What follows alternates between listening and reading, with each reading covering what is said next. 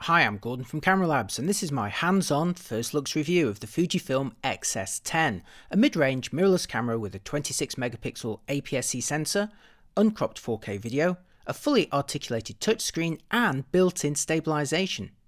Announced in October 2020, the X S10 debuts a new branch in the X system with a departure from the company's retro-styled exposure controls for a more modern PASM mode selection that's used by most of the competition, along with the entry-level X series models.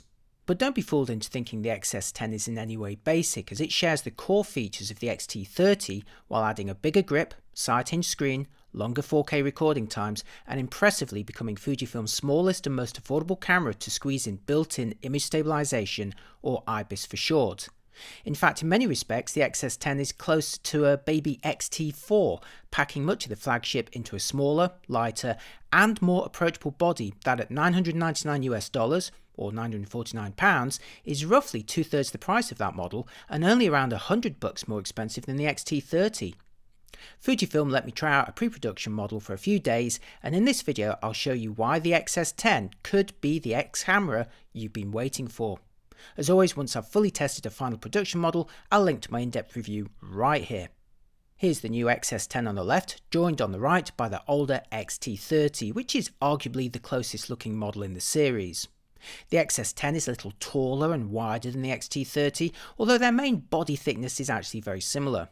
The most obvious difference, though, is the considerably more substantial grip of the X S10, allowing the battery to relocate and free up some space inside for the IBIS system, while also giving you much more to hold on to. Viewed from the top, the different profiles and grips become more obvious, as do their different approaches to controls. The X T30 employs the dedicated shutter speed dial of most higher-end Fujifilm bodies, as well as dials dedicated for exposure compensation and drive modes. Also note the small shutter release button threaded for a mechanical cable release, and also the flash pins on the hot shoe, which I'll talk about in just a moment. The overall aesthetic of the classic Fujifilm style is all about direct control and retro style, but while some love the wealth of numbers on the dials, they can prove less approachable to others, even intimidating to some. So the new X S10 has opted for the mode-based approach of most rival models, and also some simpler models in the Fujifilm range, with a mode dial joined by a finger and thumb dial on the right hand side and a customizable dial on the left. Notice the larger shutter release button, now positioned further forward on the grip, which falls more comfortably under your finger than the X T30, although I personally found the sloping power collar lacked a bit of purchase and was a little bit harder to turn. The movie record, ISO, and quick menu buttons on the top surface all work as labelled by default, but along with the function, AE lock and AF on buttons to the right of the viewfinder, can all be customised to operate any of 60 different settings spread across 8 pages. That's a lot of customisation.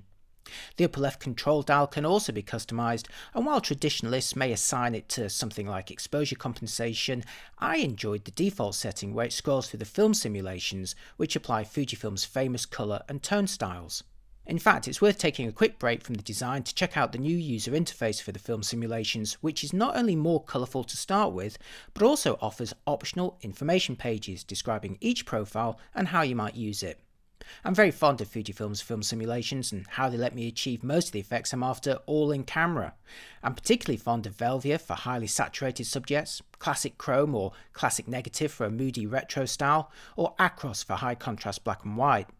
You'll find the full set here, including the latest Eterna bleach bypass for those zombie apocalypse shots, along with the monochrome adjustments, grain and colour chrome effects. It's also worth mentioning the full auto exposure mode can now access a new auto film simulation option that can choose between a handful of profiles, as well as deploying colour chrome effects if it sees fit. Also remember, if you shoot in RAW, you can create new versions of your photos in playback with different film simulations. I love doing this to try out different profiles on the same image. I mentioned the flash pins earlier, and notice how the X S10, or at least my pre-production sample, has 5 small pins compared to 3 on the X T30. You'll generally find these on higher-end Fujifilm bodies to support unpowered flash accessories. I'm not sure why this was included here though, since the X S10, like the X T30, includes a small pop-up flash triggered by a color switch on the custom control dial. While loyal Fuji fans will miss the retro aesthetic, there's no denying it's very easy to get started with the X S10, and even though I personally prefer the look of the X T30 and X T4, I have to admit, I generally set the shutter dials on those models to A or T, effectively turning them into mode-based models. Between the three control dials, wealth of customizable buttons, AF joystick and practical touchscreen, it's possible to set up the X S10 exactly how you want it, and I love that you can still keep doubling the shutter speed beyond the usual arbitrary limit of 30 seconds to as long as 15 minutes before having to resort to bulb. Fujifilm's also learned from the poorly positioned Q menu button on the X T30, which proved a bit too easy to touch by mistake, and has relocated it sensibly to the top surface. Indeed, beyond the reduced purchase of the shutter collar, and that's just my own personal feeling, my only real physical complaint is that, like the X T30, the X S10 is not officially weather sealed, a downside compared to the Sony a6400 and a6600, at least in theory. That said, I've never experienced any issue shooting with the X T30 in a wide variety of conditions. In a move that will delight anyone who needs to film or photograph themselves, the X S10 employs a side-hinged, fully articulated screen. In fact, it's only the second Fujifilm to do it after the X T4. Fujifilm has explored more screen articulation options than most companies, and while everyone has their preferred style, mine remains a side hinge, not just for filming, but also composing comfortably at high or low angles in the landscape or tall portrait orientations. And remember, Fujifilm considerately rotates the shooting info in portrait mode too, at least when you're shooting stills. The X S10 inherits the $2.36 million OLED viewfinder of the X T30 with its 0.62 times magnification. The resolution is comparable to rivals at its price, but the magnification is a bit smaller. The viewfinder on the Sony a6400, for instance, delivers a bigger image with 0.7 times magnification, and this is also a differentiator with the higher-end X T4, whose viewfinder is larger still at 0.75 times, and more detailed too with 3.69 million dots. If you're comparing the X S10 to Canon's M6 II though, remember that the Canon model does not include a viewfinder as standard. That is an accessory that will cost you a little bit more. Behind a flap on the left hand side you'll find USB-C and micro HDMI ports, while a standard 3.5mm microphone input is positioned higher to clear the screen. And yes, finally a departure from those annoying 2.5mm jacks of many earlier Fujifilm models. Like the X T30, but unlike most rivals at this price point, the HDMI port can output 10-bit 422 to an external recorder, while the USB-C port supports both in-camera charging and power over USB, so you could use a power bank battery to keep the camera running. Like some earlier Fujifilm cameras, you can also use the USB-C port as a headphone jack, and Fujifilm considerately includes a compatible adapter in the box. And finally, the X S10 also becomes the first mid-ranger in the series so far to work as a webcam over USB. The X S10 is powered by the same small battery as the X T30, good here for a claimed 400 shots. For video, I managed an hour's worth of 4K on a single charge. That's the same as I did on the X T30, although on the X S10 it's just split into 2 half-hour clips instead of 6 10-minute clips. The bigger news though is the battery's relocation into the grip, along with a tripod thread that's closer to the optical axis than the X T30, and this means you'll be able to more easily access the battery compartment and card slot without removing most tripod plates. Like the X T30, the single SD card slot is housed alongside the battery, and it remains unable to exploit the speed of UHS 2 cards. If you want faster or dual slots, it's the single-digit XT or X Pro series for you, although to be fair, neither Canon's M6 II or the Sony a6600 has dual slots either. As a member of the X series, the X S10 can of course use any X mount lens with 35 to choose from at the time of writing. Fujifilm has embraced the APS-C format for mirrorless more than Sony or Canon, and it shows in the native lens selection.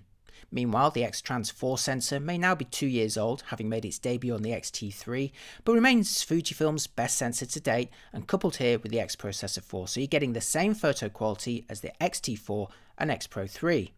Best quality images measure 6240 by 4160 pixels and can be recorded as JPEGs, RAW files, or both together. There's 2 JPEG levels of compression and the choice of RAW compression too if you like. The X-Trans 4 sensor sports embedded phase detector autofocus across the entire frame, and the X S10 can fire bursts at up to 8 frames per second with the mechanical shutter, or up to 20 frames per second with the silent electronic shutter without any cropping. If you're happy with a small crop though, the electronic bursts are available up to 30 frames per second, although in all of the electronic modes, beware of skewing due to rolling shutter. Here's a burst taken with the fastest mechanical shutter of 8 frames per second. Canon's M6 II can shoot almost twice as fast with its mechanical shutter, but 8 frames per second is fast enough for most, and remember there's still those quicker electronic modes if you like. Here's another burst, this time taken with the electronic shutter at 20 frames per second, but also using the optional pre-burst mode. I actually pushed the shutter down as soon as the block hit the water, but pre-burst buffered a few frames beforehand to ensure I grabbed the moment. So far so similar to the other models in the range, so let's get on with that big new feature, Fujifilm's third IBIS unit in the X series and its most compact yet. It's a 5-axis system that claims up to 6 stops of compensation depending on the lens. That's half a stop less than the best case scenario claimed by the X T4, but half a stop better than the best case on the XH1. Here's the view from the X S10 when fitted with the unstabilised XF35mm f2 lens and with IBIS disabled. It's pretty wobbly, right? After enabling IBIS in the menus and returning to the live view, the image has become much steadier. For me, IBIS is as useful for composing carefully with unstabilised lenses as it is for hand-holding slower shutters. It really makes lenses like the XF56, 90 and 16-55 so much more usable. Now here's a couple of photos I took with the X S10, although as a pre-production model I can't comment further on quality. That said, with the same sensor and processor as the most recent generation of higher-end Fujifilm bodies, the image quality is already very well known. Just look at my X T3, X T4, X T30 and X Pro 3 reviews for a load of examples, and as always, all of my original images are available to download from cameralabs.com. Moving on to video, the X S10 unsurprisingly inherits the core movie capabilities of the X T30, so you're getting uncropped 4K from 24 to 30p or 1080 up to 60p in either the UHD or DCI shapes, and you also get separate exposure controls for stills and video, the option of internal F-Log for grading, as well as 10-bit 422 output over HDMI. The X S10 does, however, now allow you to record much more useful half-hour clips in 4K, unlike the 10-minute clip for 4K on the X T30, and I managed to record 2 on a single battery charge without any overheating. Plus, the microphone input and screen articulation are now better suited for videographers. The big news for video though, of course, remains IBIS, so here's a clip I filmed with the unstabilised XF35mm f2, first with IBIS disabled where the footage is, well, pretty much unusable. Next, here's the X S10 with IBIS enabled, which will also work alongside OIS on lenses that have it. This one doesn't though. You can't choose one technology over the other though, but as an unstabilised lens, you're seeing the pure benefit of IBIS alone here. Now here's IBIS with optional digital image stabilisation, which depending on your subject and motion can help further steadying. Notice the 1.1 times crop, that slightly reduces the field of view. And now for IBIS with digital image stabilisation and the additional IS boost enabled. This is designed to provide better stabilisation for static subjects. Note that all these tests were performed with a pre-production model. Here's another example with a more distant outdoor scene on a windy day, so expect some buffeting. Here again starting with the XF35mm f2 lens and with IBIS disabled on this clip. And now with IBIS enabled, where there's still some wobbling from the wind, but it's still a big improvement. Next, we've got IBIS with digital image stabilisation, where again there's that 1.1 times crop. And finally, IBIS with digital image stabilisation and IS boost. Oh, and for good measure, here's the X S10 with the XF 18-55mm kit lens with IBIS and optical image stabilisation enabled, just to illustrate how these two technologies can work together. If you're into slow motion, the X S10 can film 1080 up to 240p, and here's a clip I filmed in 200p for an 8 times slowdown on my 25p timeline. Which means it's now time for a quick vlog test with some news of an updated 10-24mm lens before my initial verdict of the camera. Hi, I'm Gordon from Camera Labs and this is a quick vlogging test with the Fujifilm X S10. Now before I go any further, it's important to state that this is a pre-production sample, so the performance and quality that you see may not be reflective of final models, but since it's one of Fujifilm's most compelling cameras for vlogging, I thought it'd be a bit remiss of me not to at least give it a shot, right? So here we go.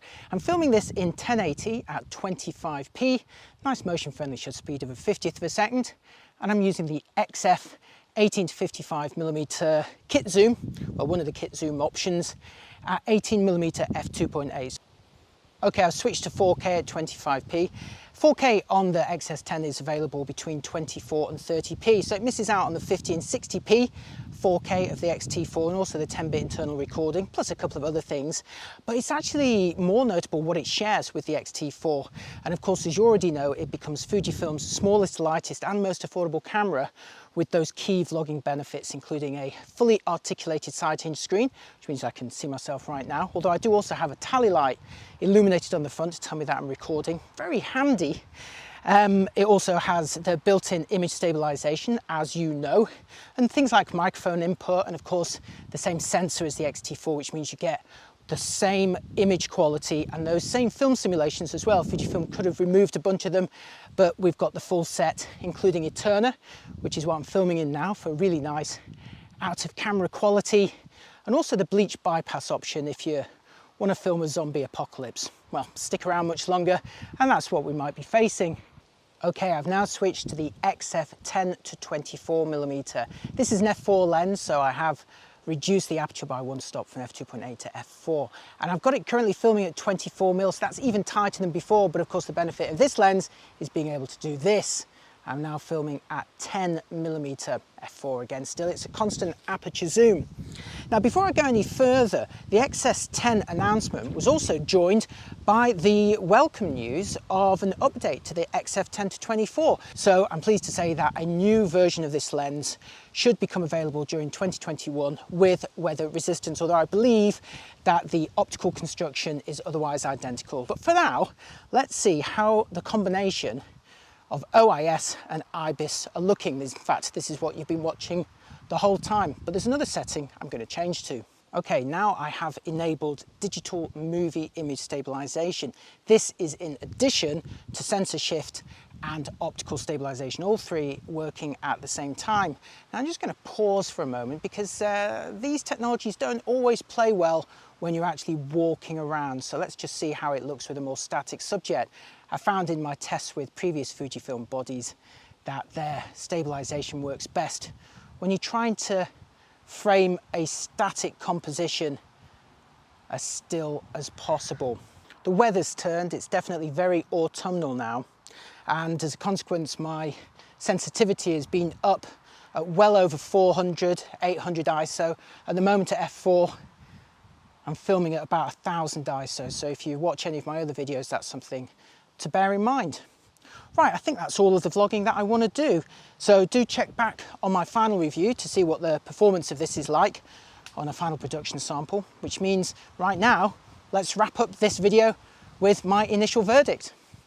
The Fujifilm X S10 represents a new branch in the X series, delivering the power and quality of the X T series, but with a more approachable control system. So it's out with a retro-styled shutter dial and in with a more common PASM mode dial control, which, while lacking vintage charm, may prove easier for first-time Fujifilm owners. Now, whatever your control preference, the X S10's grip makes it way easier to hold than the X T30 and much more practical with a wider range of lenses, while a side-hinged, fully articulated screen provides greater compositional flexibility. Most importantly, the X S10 becomes the most compact model in the series to support built-in stabilization. And while Fujifilm reckons the X T4's IBIS remains a little better with some lenses, I found the X S10's IBIS still transformed the use of unstabilized lenses for both photos and video. Videographers will also appreciate the standard microphone input, half-hour 4K clips, and the chance to adapt the USB-C port for headphones. Now, while I personally prefer the look of the X T30, I actually found the X S10 to be a much more practical and flexible camera to use, and I'd ultimately choose it over that model, especially for only $100 more. The lack of official weather sealing is the only real downside, but I've never experienced issues with the equally unsealed X T30. Overall, the X S10 is a very strong camera for the money and becomes arguably more compelling than either the Canon M6 II and Sony a6600, and it proves that there's plenty of life left in the APS-C format. Now that's all I can say until I test a final production model, although you can of course check out my in-depth X T30 and X T4 reviews to see how the image and video quality should stack up. After all, it shares the same sensor and image processor. So all that's left now is to politely request a like and a follow if you found this video useful, along with a comment letting me know what you think of the X S10. Once again, look out for my final review, which I'll link to here when it's ready. Thanks for watching, and I'll see you next time. Bye bye.